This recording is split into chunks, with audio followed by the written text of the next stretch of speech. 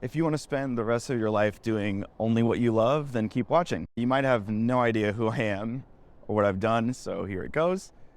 I'm retired, or should I say become financially independent before I was 30. I've spent well over 40,000 hours as a music producer, working with some of the top artists of all over the world. Let's see, I've built, scaled, and sold an online education business, impacting the lives of thousands of people. I also own around $7 million worth of real estate, some of which are my dream homes. Let's see, some other fun stuff. I have my pilot's license, a black belt in Goju Karate. I'm a true family man, and if you really knew me, you'd know that the only formal education I have is in the realm of theology, with an emphasis on preaching and teaching. In fact, I probably have more experience or knowledge in theology than anything else I could think of. But seriously, none of that matters. It really doesn't. All that to say, for the last more than 10 years, I've spent 0 hours trying to gain a following or make content or put myself out there or anything like that, because I was actually working, doing the work.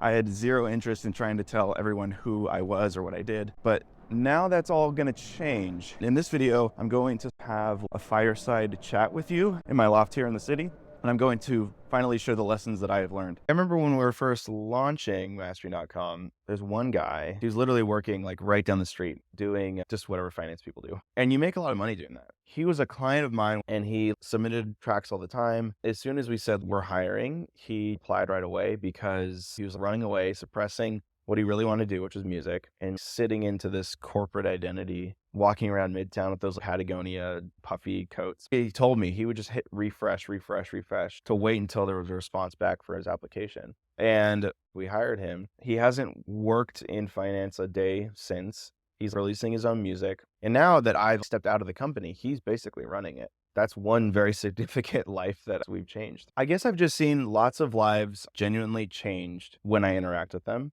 And I feel like I could just do that more at scale if I got over my weird hurdle about YouTube. So if I could see somebody else make money doing what they love, then it's a crazy win. I think the first thing people need to realize about success is that it doesn't come from bolting on some sort of mechanical business plan or any of that. I truly believe it's found when you dig down deep and let your story speak for yourself. Most folks are running away from the true source of their success, which for most people, it's actually their upbringing and their family of origin. Those early years in life dictate who you will be in the future.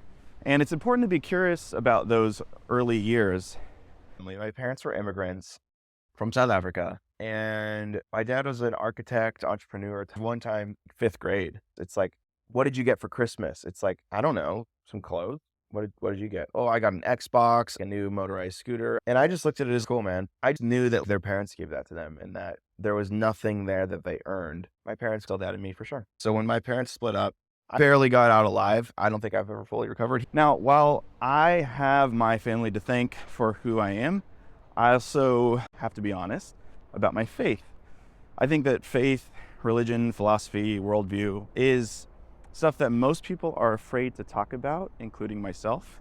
But if I'm honest, it's been the main source why I do what I do. Literally everything I do is because of what I believe about God, the world, and asking the right questions. Only people who are close to me know how deep I get on this stuff, but I figure this is probably something people should be curious about themselves. Your worldview is the very driver of everything you do. I was born into a Christian home, so grew up as an evangelical. As a kid, I went to like private Christian school. It eventually catches up to me where I question it all. Well, what if I was born in this house? Would things be different? I think it really got real for me where I was able to bring my brain to the table, and that was 17, like classic time in your life where everything sucks. And then there was this thing called moralistic therapeutic deism. But I read about it and I'm like, that's what I am, and I don't want to be that. Basically, that God is sort of this slot machine. Be a good person. He's there for you as your therapist, and he's not really an interpersonal God. And it wasn't until I understood the radical generosity of God, the divine acrobatics of what he did by sending his son to the cross. But once I realized that he loves you no matter what you do, And it's not your righteousness that kind of brings you closer to him. It's his righteousness that he gives to you. And that was like whoa, this is way different than the like moralistic Christianity that I grew up with. And I thought that is way more authentic, way more true. And then I went down this intellectual journey where I said, I need to intellectually prove this. I read The Resurrection of the Son of God by N.T. Wright. I don't think anybody's ever read it. And I closed it and I realized he actually did rise from the grave. This was a historical fact. Now, the implications of that, it's another question, but it's a historical fact that something happened 2,000 years ago. And that led me down a journey of, wait a second, if this is actually true, then there's massive implications because he made all these claims. Now, faith and that journey is obviously my primary motivator in life, but I don't think it just stops there. It has practical implications. It's where the rubber meets the road. One thing that has come out of my faith is my pursuit of starting a family and being a leader there first. Although it wasn't easy, but it truly is another piece of the puzzle that adds some weight to where you're going in life. And I believe it should do the same for you. I met my wife when I was on my 18th birthday. We served as youth leaders at a church camp, and we just became best friends. Because she's older than me, I never even had it in my mind that I would be romantic with her. And then one day she held my hand and I was, oh, she's into me. And it's like, wait a second, I can be in a romantic relationship with my best friend. So as soon as my wife was okay that her dad wasn't into it, I bought a ring and jumped on it. And it's just me and her dad. We've realized that we're just the same person. This is firstborn daughter. This is his favorite child. And I think he saw that and he was afraid. I tried to make him like me. Just didn't work. I just said, you know what? He doesn't have to like me. I ended up hating him. And then it got to the point where it's, well, I can't hate him. That's bitterness. So I sort of forgave him in my heart and just kind of moved on and literally prayed, he's going to have to change. Or at least me and my wife have to be okay with losing him. And that was hard. But once we made that shift, immediately after he came around, as soon as I released the attachment, we started the relationship again. Look at the World Trade Center. Woo! And then, of course, being a father has deepened any meaning for life for me. It truly has unlocked a side of me that was always there, but I didn't realize it. And it's been a trip raising a son, especially here in the city. I walk on this street every day with him, and now that I have tons of time, I basically just do that all day, every day. I remember when I was getting a mortgage, my broker, he's this kind of like cryptic character. He said, what would you die for? And I just sat there. 10 seconds later go by. I say, my faith, my wife. He goes, okay, once you have your son, you won't even need to think. What would you die for? Him. And I'm like, yeah, I know that. But now that he's born, it's like another compartment of my heart opened up. All of this to say, YouTube again has been something I've been fighting to dive into, honestly. Mainly because I could sit here and just deliver value and teach and just bolt on some strategy.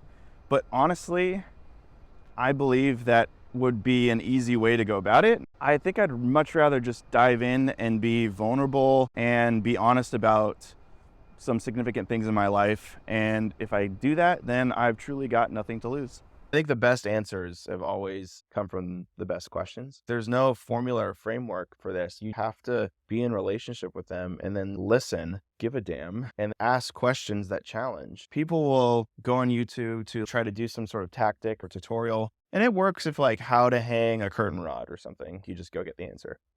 But there's holistic problems that people are facing that, for instance, like in their business, they think the thumbnail on their YouTube is the problem. And then they go down this rabbit hole and find out the thing that they need and then they apply it. But really, that's not what they need. And we found with mastering.com, they have all these problems, but they're so problem unaware that they'll go to YouTube and be like, how to EQ or whatever. You have to put in 10,000 hours in order to master something.